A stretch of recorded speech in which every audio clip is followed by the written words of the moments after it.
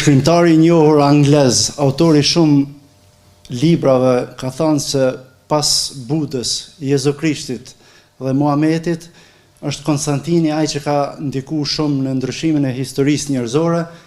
Atëherë ne shqiptarëve na takon edhe më tepër që të flasim për këtë figurë të madhe, për shkak të origjinës së tij, se do ta potencojmë më vonë. Në përmbajtje do të flas në pika të shkurtra kush ishte Konstantini dhe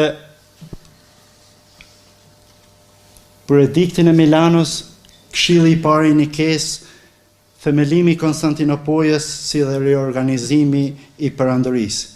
Këto janë ngjarjet të cilat kanë ndodhur në kohën e Konstantinit dhe ky është protagonist i këtyre ngjarjeve.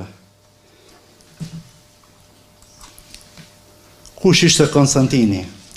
Konstantini ishte i birit të njohurit Konstanc Klori, i cili ishte po ashtu një politikan dhe ushtarak, ishte perandor i një pjesë të perandorisë, dhe po ashtu i nëna e tij Helena, që ishte një krishtere devotshme. Mirë po Konstantini mori nga të dytë. U bë edhe më i suksesshëm se baba i tina, u bë perandor i gjithë perandorisë, kurse nga nana e trashëgoi fenë që hyri në histori si perandori i parë i Romës që u pakzua në krishterë.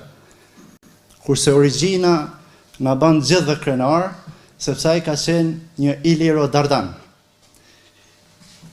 Ai ka lind në qytetin Naissus, në mes të Romës dhe Konstantinopolës. Qyteti Naissus është emri i vjetër, kurse sot ky qytet quhet Niš, gjendet në Serbi. Por kjo mos t'ju hutoj se s'ka asgjë të bëj Konstantini me serbët as me sllavet, sepse deri në shekullin 19, përveç se kanë qenë Dardan, Nishi ka qenë edhe i banuar me shqiptarë. Edhe pse ata po tentojnë ta përvetsojnë këtë figurë të madhe të ilirëve, flitet që po i mbledhin parat me bën një film në Hollywood, kinse ka lind në Nish dhe është slav. Kjo është një manipulim historik, sepse dihet fort mirë se slavët kanë ardhur në shekullin e 7, Konstantini ka vdekur në shekullin e 4, domethënë 300 vjet pas Konstantinit kanë ardhur slavët në Ballkan.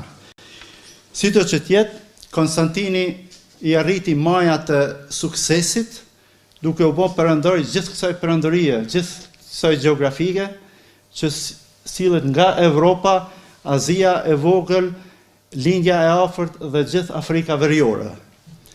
Supozohet se në atë kohë këtu kanë jetu 55 dhe 60 milion njerëz.